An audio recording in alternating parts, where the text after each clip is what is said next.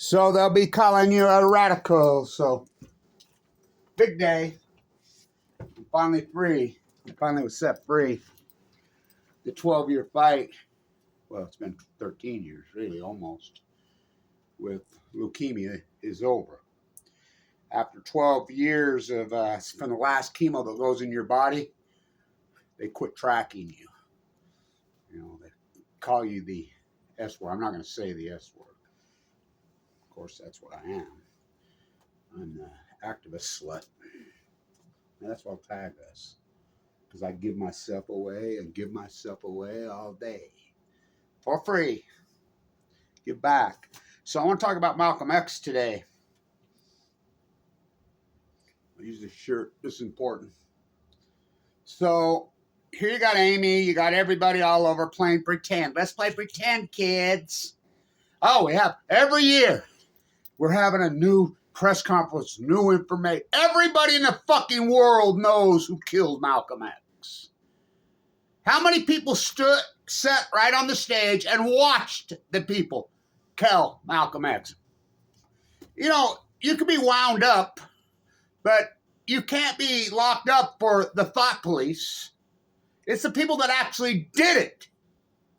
You know? The Nation of Islam?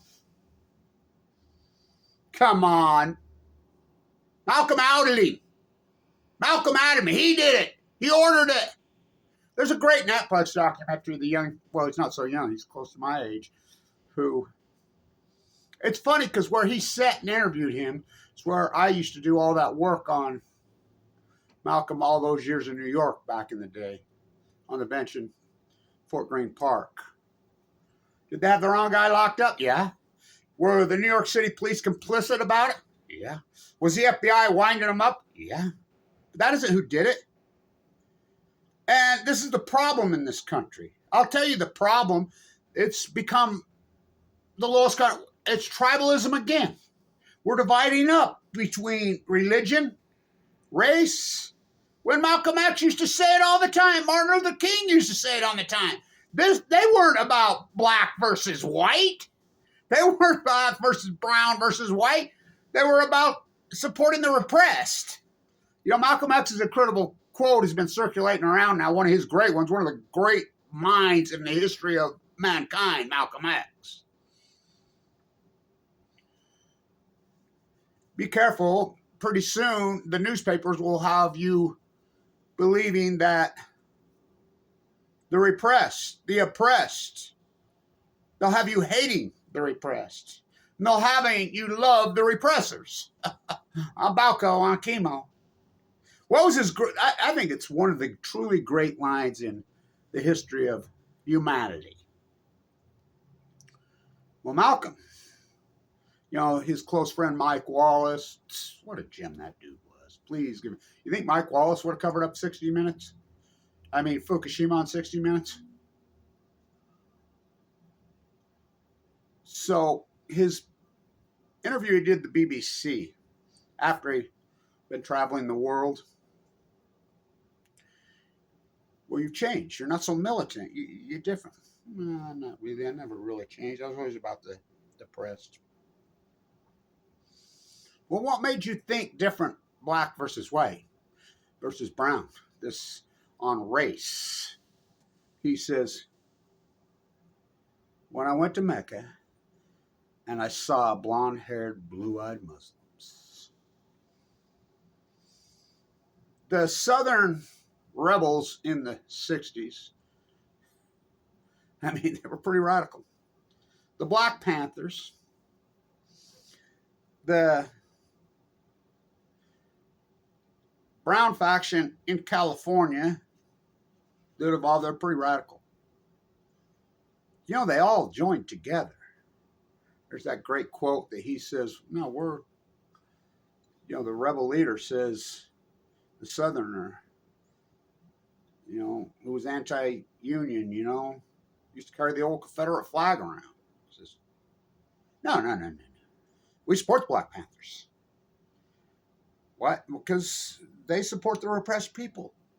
We come together. We all support the rest people. That was what they were afraid of. That's why they invented the freaks. That's why the anti-nom movement was so big, and that's how got to keep them separated, to divide and conquer.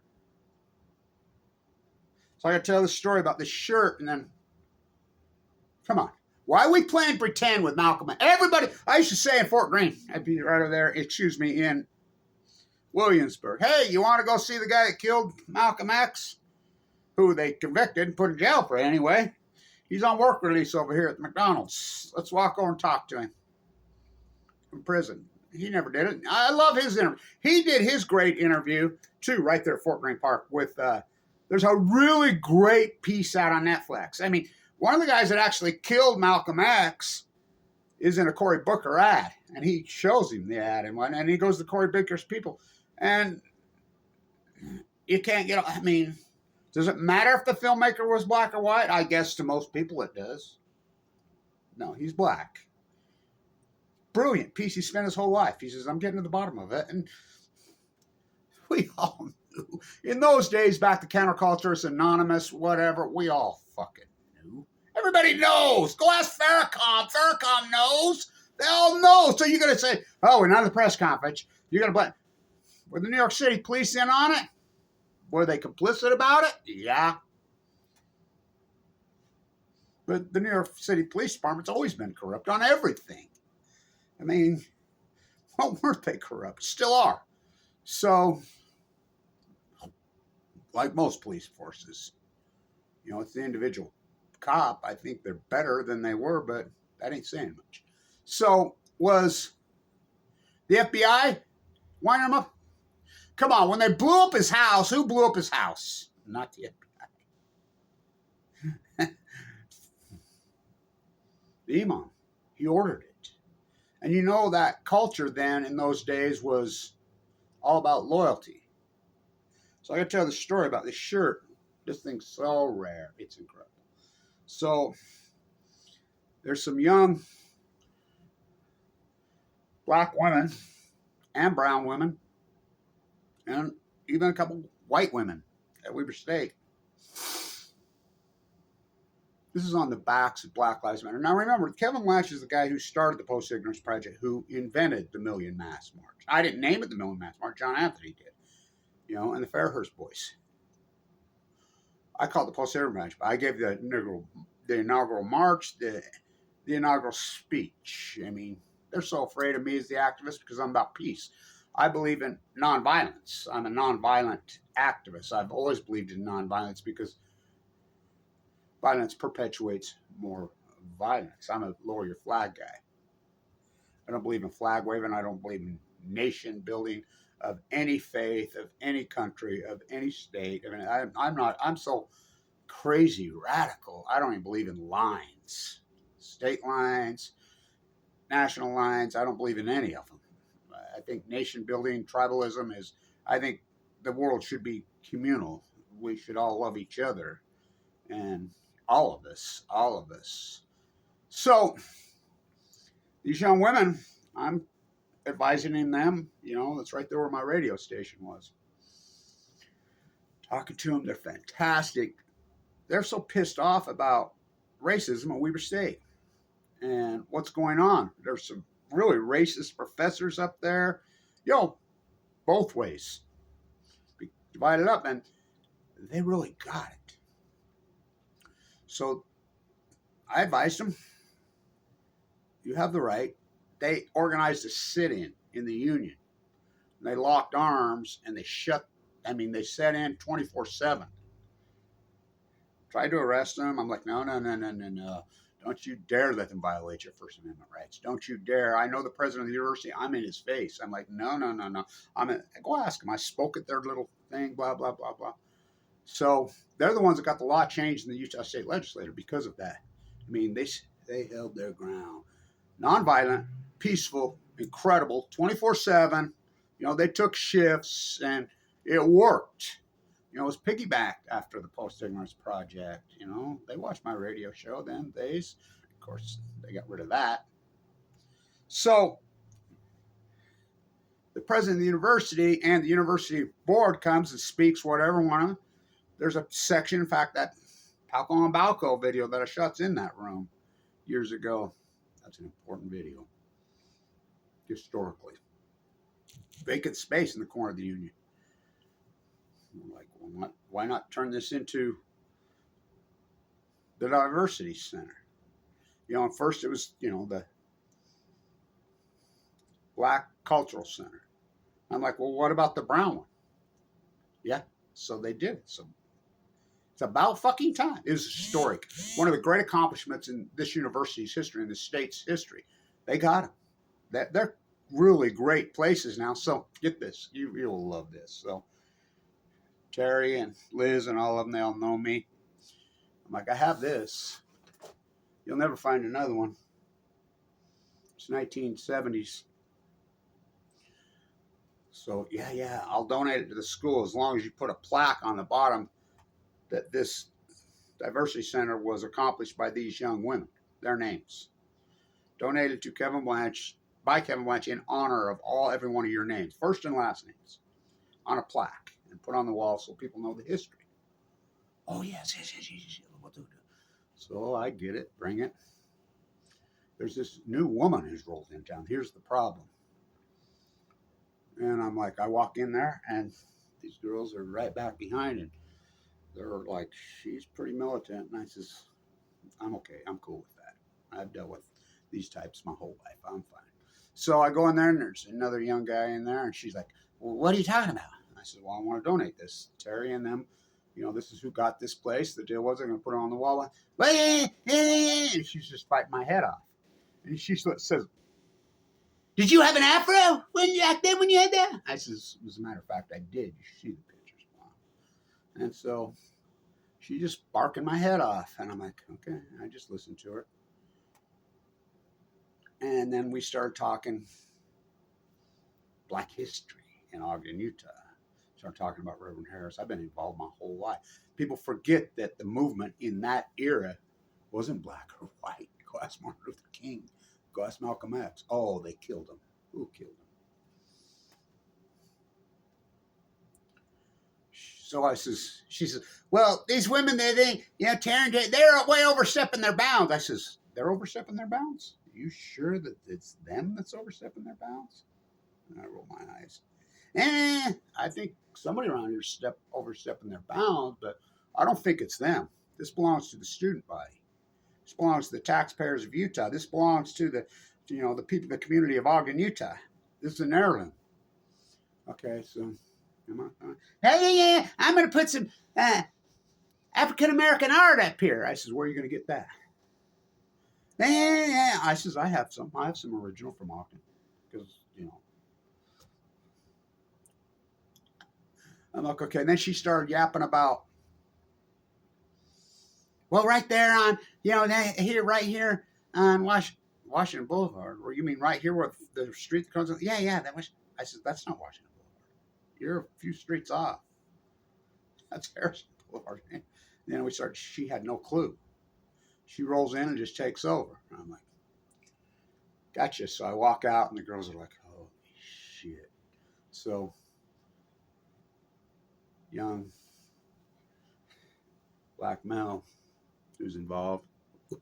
That's a really great afro, by the way. He's growing it out. I love it. I says, I wish my hair don't grow no more. Chemo took it out. I told him, come here. He's like, whoa. I stood there and listened to that whole confrontation. He says, I can't believe how well you handled that. And I says, I've been at this for a long time. I remember when, I was protesting at Trump Towers years ago, and the Trumpettes, they dress up in red, white, and blue, and there's whole herds of them came on. There's a great picture. I should post that picture. I'll find it. And there's an old guy, and I'm like, get the fuck out of here. They're pretty fucking intense. They're pretty radical. I'll handle it. And they just come in there attacking me because I'm holding up my Trump crowd, and I'm like, wait a minute. They're screaming at me. A woman spits right in my face. I'm like, wait a minute. I'm protesting nuclear energy. I'm protesting nuclearism. By the way, Martin Luther King was an anti-nuclear, so was Malcolm X. We need the so-called black leaders to step out against nuclearism like they did. And they finally, one guy says, well, so am I. Well, then what are you attacking me for? I'm just protesting nuclearism. Trump's a pro-nuclear. So was Obama. So was, Biden. They're all identical. Has nothing to do with race. Really hasn't anything to do with religion. It has to do with humanity. It has to do with the ecology. It has to do with the animals. So here come the cops finally. And they're like, I already had it in hand. Oh, cop. The white shirt shows up. I call them white shirts. I've been at this for years. White shirts, anybody in the atmosphere, know what the white shirts are. He comes up and he says, I was watching that on surveillance on video when somebody, because what they do, they have stations all over New York. They have the Ring of Fire there. As soon as an incident happens, they go right to the TV monitors and different things. They watch them. And so he says, I've never seen anything like that. In my whole career, I've never seen anybody handle anything like that. She spit right in your face. Yeah, so he says, you want to press charges? I'm like, for spitting in my face? No, hell do you think? See those scars? Actually, that's breast knuckles across my face. By a cop, by the way, who, when he got out of prison after 15 years, I actually forgave him, told him that I forgive him, and he's so fucked up, it's unbelievable psychologically. He was then. No, I don't want to press charges. Oh, no. The shit I've been through as the activist, please. By the way, the guy who started the Black Panthers, wasn't he from there? Oh, he'd be appalled at what this whole thing is. So back to Malcolm. So here it sits. I tried one day. What do you do, Patience. So Malcolm was truly one of the true intellectual geniuses of his time, bar none. I mean, I really think he was so dynamic, charismatic. He had the look, he had everything. I really think that he would have been a really, really powerful political leader globally. There's serious possibilities that he could have even been president of the United States. We took that over Obama. Oh, God, did he have us? So, over Bush. So, his intellect, his love for humanity, the fact that they killed him on the stage with the little girls right there. The fact that they tried to kill the little girls. That wasn't the New York City Police Department. No, they were complicit. Oh, yeah. Did they arrest the wrong guy? His great interview. I love it. It's in that document. That young guy deserves 10 Oscars. Well, he deserves a Nobel Prize for that documentary. He spent his whole life. He interviews them at the mosque in Jersey. That's where they came from. That's where they brought it. And how many people witnessed it? They watched. They saw exactly who did it with their own eyes in there. Because they were afraid. Because that'd have been next, I guess. Go ask Farrakhan. I mean, that great interview with Farrakhan, Mike Wallace, and one of Malcolm's daughters. Mike Wallace jumps his ass. I loved your father. I shook her hand. She just rips him. She's just calm, cool, collected. You can see she's choking up and starting to cry. She just rips him. Love my father. What are you talking about? Stop playing pretend, Amy. Stop playing pretend, all you people. It's like Fukushima. The nuclear disaster. We're anti-nuclears on the left. Right, sure you are. I'm a butcher, what's a cow? I'm a baker, what's a cake? Who killed Malcolm? It's just like, what did I see? MSNBC's playing a clip of Tupac? Oh, fuck. Do you know what they did to Malcolm X's legacy? You know what they did to that brand? Turned it into gun violence. Oh, well, there's the picture of Malcolm with the gun. Yeah, after they blew up his fucking house.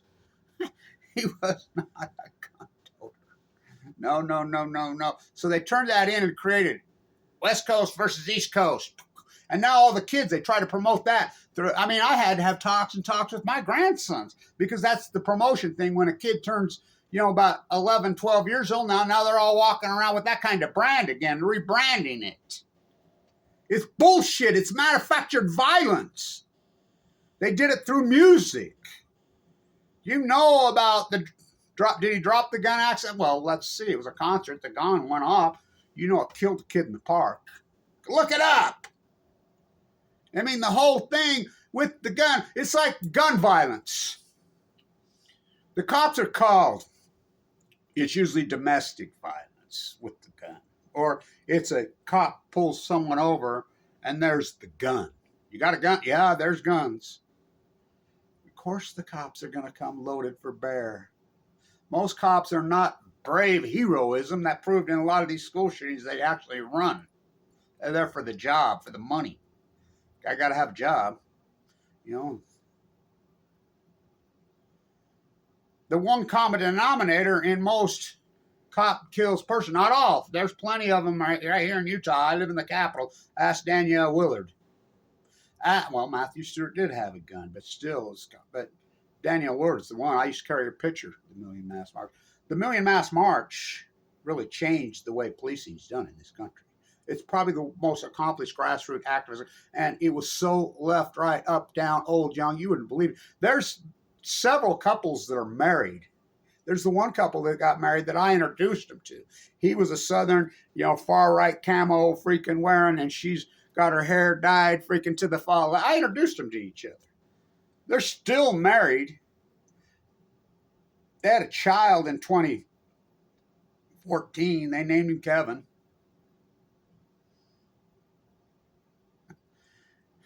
I'm telling you, it's the denominator is the violence. Someone on religion. Now, Malcolm wasn't a Jesus guy, was he? No. Muslim? Yeah. But the bottom line is the whole preaching of violence for more violence. And the young man that burns himself to death in front of the embassy, and that actually blows my mind. Doesn't it remind you? I mean, it might not get a lot of publicity now, but it will. It's like Kim, was he Hindu or was he Buddhist who burned himself to death in the protests of Vietnam? Stop playing pretend with Malcolm. Everybody knows who did it. We still not going to say it? We're going to play pretend our whole fucking life. There's still people alive that sat on that stage and watched who did it. They know who did it. He died, one of them. The guy who made the documentary shows up at the funeral. Go ask him. I mean, the Netflix documentary that he made is masterful. He interviews everybody that's anybody. Perfectly. Beautifully. One of the guys that freaking did it walks right by everybody. Of course, they arrest the usual suspects and put him in prison. He does that interview in the park. I've sat on that bench right there on that exact same bench. It falls into Jean-Michel. I've done lots of work on him in the old neighborhood. I used to live in Fort Greene, for years.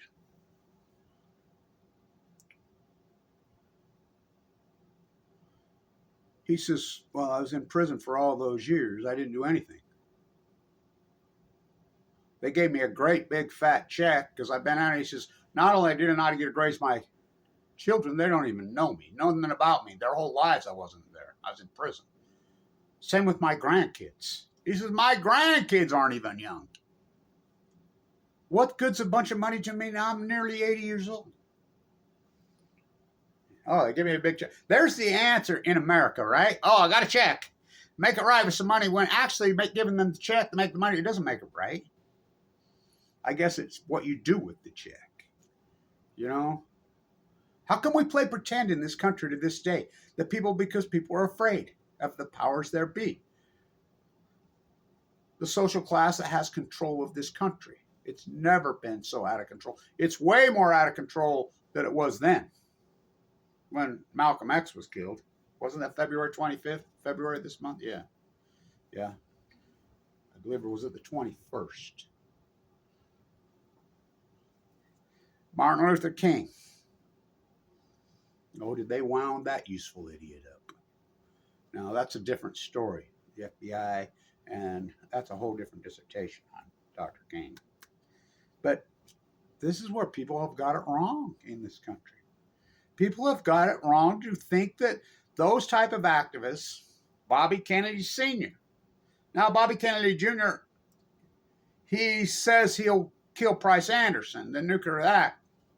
It's one reason that because I don't, on his social class and everything, I don't agree with any of these guys. They're horrible. What's going on in the Middle East of Eden right now there's a great piece that's going around. I'll probably tag that as the thumbnail on this.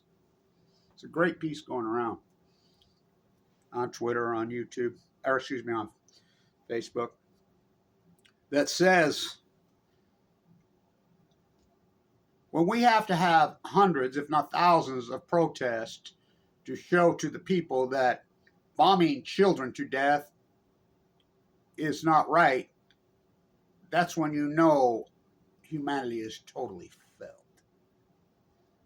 And people are that, I call it the decadence of usury in the Americas, in the United States, the decadence of usury. This is about the repressed people trying to overcome the social ruling elite class.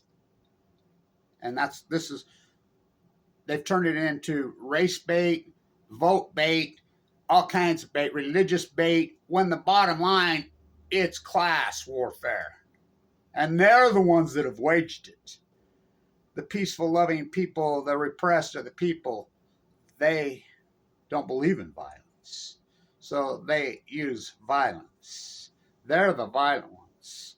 Oh, oh, Oppie dropped. Think about that, what they did to the peasants in Japan when the ruling elite class survived. Go ask Yoko in New York. Oh, she was going to do an interview with me. Remember, me and Eric stood right there at the Dakota. Of course, she didn't show up. John Lennon. Now, that was a peace activist. John Lennon, blown away. What else do I have to say? Stop playing pretend, Amy. All of you guys, stop playing pretend. Why are you playing pretend? We're anti-nukers. We're going to talk about Chernobyl. We're going to talk about that. Why are you talking about? We're not going to talk about Fukushima. Pop, whoppy, drop. They never stop. Don't cross that fucking parallel and turn North Korea into hell. What we did there. The chickens are coming home to roost, Bobby. Obama conned us. Face it. I voted for him because I'm a peace activist, and he voted against both wars, and he perpetuated the wars more than anyone. Droning that. The two book writers who have written books now that are saying, people, I'm the first guy that broke us story.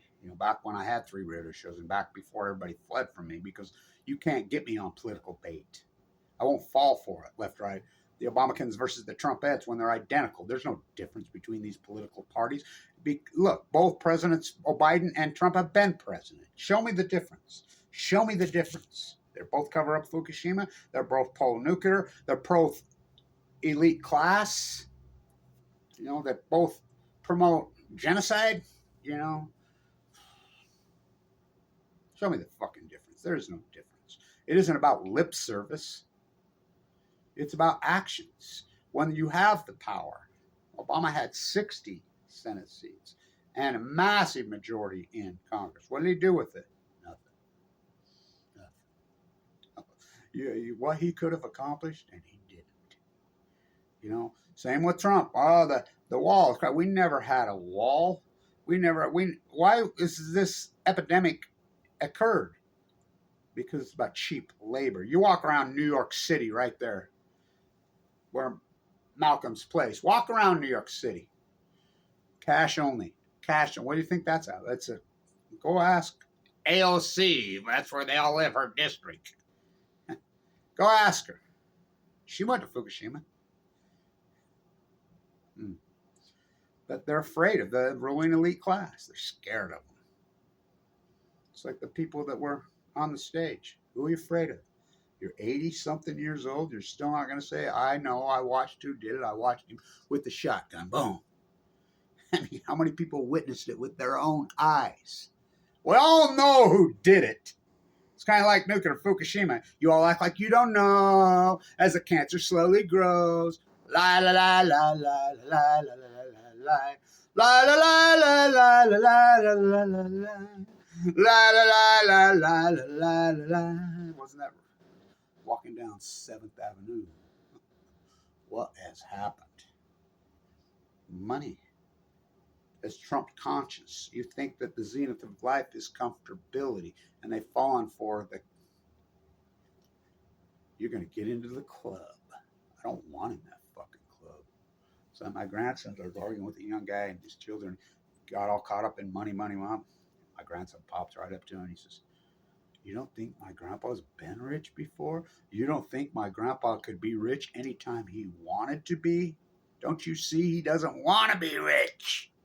Why would I want? I mean, I think it's a disgusting freaking one. I mean, how much is enough? Look at these ruling, creepy elite. I don't want that. You know, I don't want.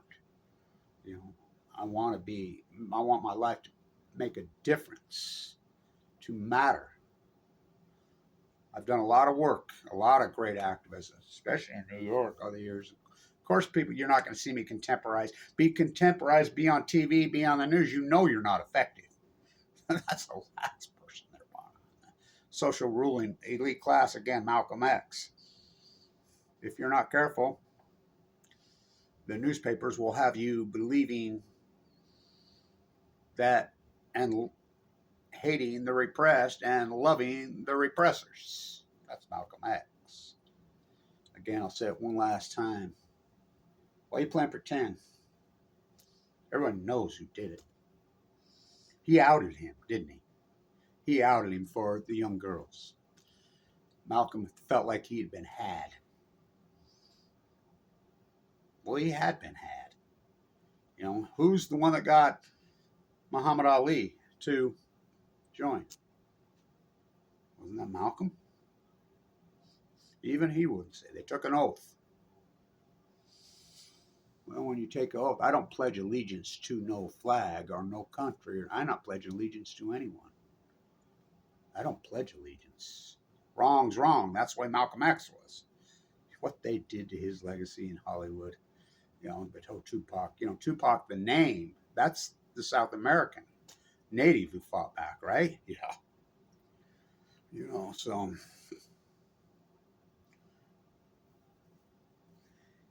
he's truly one of the great gifted speakers, charismatic people. They were so afraid of him, but would they have got him later? I don't know. We don't know, do we? But the bottom line is this, as the Supreme Court right now is debating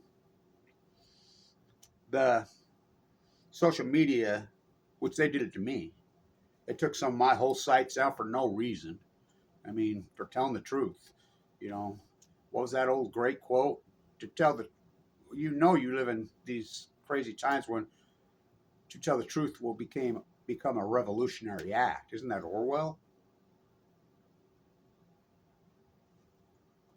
So the Supreme Court's debating right now on social media. What is it? 238, but they can just.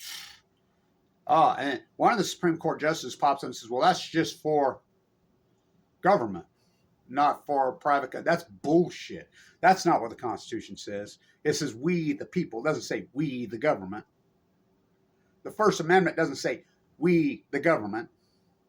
The First Amendment pertains to all companies, all people. And so when you hear a Supreme Court justice talk like that, you mean to tell me a private company can freaking discriminate anytime they want? Can freaking say whatever? That's bullshit. No, that's against, well, what about fuck the Constitution? How do they get rid of that? The Patriot Act. Think about 9/11. They were Saudis that did it, and we go attack Iraq. Think about that. Pop, Oabi drop, they never stop. Don't cross that parallel and turn freaking North Korea to hell. Freaking went out to Vietnam to kill the Viet Cong. Freaking, we had it. We protested. We fought back because everybody got draft cards. We're not doing this no more. Peace, peace, peace. Downsizing the military, downsizing the military, downsizing the military. As bad as it was with Bill Walmart Clinton, but Bill Walmart Clinton was able to work with the Republican Congress because of fiscal responsibility. Remember, the debt was an issue when it was approaching $4 trillion. And so they were willing to downsize. The right, yes, the right was willing to downsize the military and work with Clinton to get their fiscal house in order. God, please, no inflation. Then we get Ayn Rand, Greenspan, and the Fed. $34 trillion really out of control fucking debt. So you have the Republican Party tax the fiscally irresponsible Republicans, tax our children, tax our grandchildren, tax the future, give to my friends, the military industrialized war pigs, and then you have the left, who used to be the party of environment, used to be the party of working class, used to be the party of the repressed, who are completely the opposite now. Now they're the bloodlust, bomb-dropping, hate the environment, corporatist elite left. And then Jill Stein's still running for president? Why, she was sitting for Putin. I'm the guy that outed her stock portfolio. You know, that's me who did that. If she's green, I'm a rainbow striped freaking zebra. You know, the sign is freaking green. Where you going, Freebird Child? Where you going, Freebird Child? Mr. Saturday Night Special. You got a barrel that's blue and cold. You ain't good for nothing. Skinner, those... Remember, they used to use the Confederate flag, I think. They were lefties. Remember, they would... Anti-gun, the needle in the spoon. What's that smell? Mr. Saturday Night Special, got a barrel that's blue and cold. You ain't good for nothing. Put a man 6 feet in hole. That's Van Zandt. It's about the repressed people. It's not black, white, brown. When will either party tap into the brown vote? Old people, Mitt Romney, who I really can't stand that guy, and I know him personally to my face. Well, Kevin, both parties like it just the way it is. What about this whole nuclear? You know, I asked him online. You know, they should have millions of you about Fukushima. Right to his face, from me to you. You know, I know him. Oh, I believe in the sun and solar, you know. But actions are more than words, right? Come on, Amy, why are you playing pretend? We know who did it. Everyone knows who did it. Go to the mosque in Jersey and ask them. People witness, but we're going to play pretend, just like Fukushima. Malcolm, what changed you? What do you mean changed me? You're not as militant. You're not. Was he really ever? He was in an election. I went to Mecca and I saw blonde-haired, blue-eyed Muslims. Could be one of the greatest lines in human history. But now we're the bloodlust left. Well, you know, I'll give it to him. She's done some good work on the Middle East of Eden as of late. But come on, man. Come on. Stop playing pretend. Stay in tune.